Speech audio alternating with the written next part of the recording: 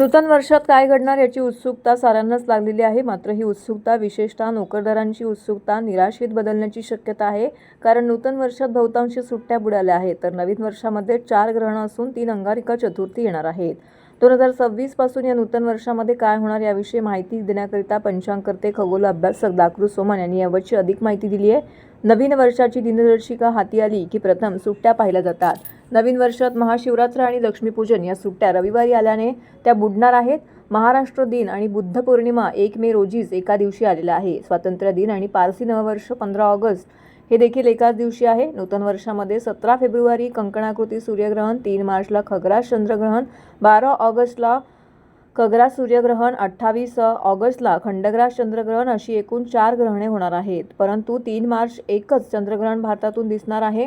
नूतन वर्षामध्ये चैत्र शुक्ल प्रतिपदा क्षय तिथी असल्याने अमावस्या संपल्यानंतर 19 मार्च रोजी सकाळी 6:53 नंतर गुढीपाडवा साजरा करायचा आहे. नूतन वर्षामध्ये 4 ग्रहणे, 3 अंगारिका चतुर्थी सन 2026 मध्ये हरतालिका आणि गणेश चतुर्थी एकाच दिवशी 14 सप्टेंबर रोजी येत आहेत.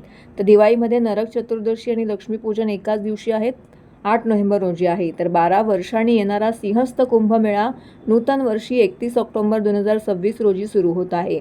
सुवर्ण खरेदी करण्याकरता 23 एप्रिल, 21 मे, 18 जून असे 3 गुरुपुष्यामृत योग येत आहेत. तर विवाह इच्छुकांना मात्र काठीव गौण मुहूर्तावरती विवाह करावा लागणार आहे.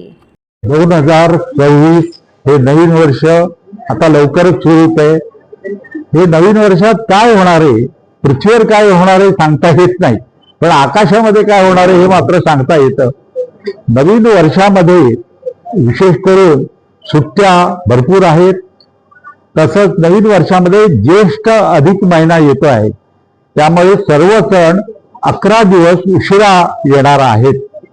नवीन वर्षामध्ये 31 ऑक्टोबरला गुरुग्रह सिंह राशीमध्ये प्रवेश करतो आहे आणि त्यामुळं सिंहस्थ कुंभमेळा होतो आहे. यावेळचा नाशिक त्र्यंबकेश्वरला होणारा सिंहस्थ कुंभमेळा 31 ऑक्टोबर पासून सुरू होतोय आणि यावेळी त्रिखंडी कुंभमेळा आहे. म्हणजे 2026, 2027, 2028 मध्ये 3 वर्ष गुरु वक्री मार्गी झाल्यामुळं 3 वेळा सिंह राशीत येणार आहे आणि 3 वर्षभर हा सिंहस्थ कुंभमेळा राहणार आहे. नवीन वर्षामध्ये आपल्याला एक ब्लू मून दिसणार आहे आणि 1 डिसेंबर मध्ये सुपर मून दिसणार आहे. आणि नवीन वर्षामध्ये विवाह इच्छुकांसाठी मला मुद्दाम सांगायचं आहे की अधिक महिना आहे, चातुर्मास आहे, शुक्राचा हस्त आहे आणि सिंहस्थ कुंभमेळा आहे. यामुळे शुद्ध विवाह मुहूर्त कमी आहेत. पण पंचांगकर्त्यांनी गौण आणि अडचणीच्या वेळी घ्यायचे विवाह मुहूर्त दिलेत, ते वापरायला हरकत नाही, त्याला सुद्धा शास्त्राधार आहे.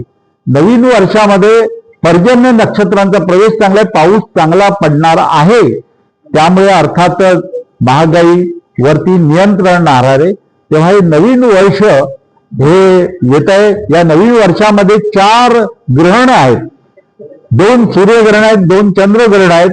अर्थात एकच चंद्रग्रहण फेब्रुवारी महिन्यातलं आपल्याला दिसणार आहे आणि ग्रहणातच चंद्रबिंब उगवताना आपल्याला दिसणार आहे. तेव्हा मित्रांनो, तुम्हा सर्वांना नवीन वर्षाच्या खूप खूप शुभेच्छा. गणेश भक्तांसाठी नवीन वर्षात एक गोष्ट महत्वाची आहे, ती म्हणजे 3 अंगारकी चतुर्थी आहेत. आणि सोनं जरी महाग झालं तरी गुरुपुष्य योगावरती सोनं खरेदी केली जातं. नवीन वर्षामध्ये 3 गुरुपुष्य योग आहेत. तेव्हा नवीन वर्षाच्या शुभेच्छा.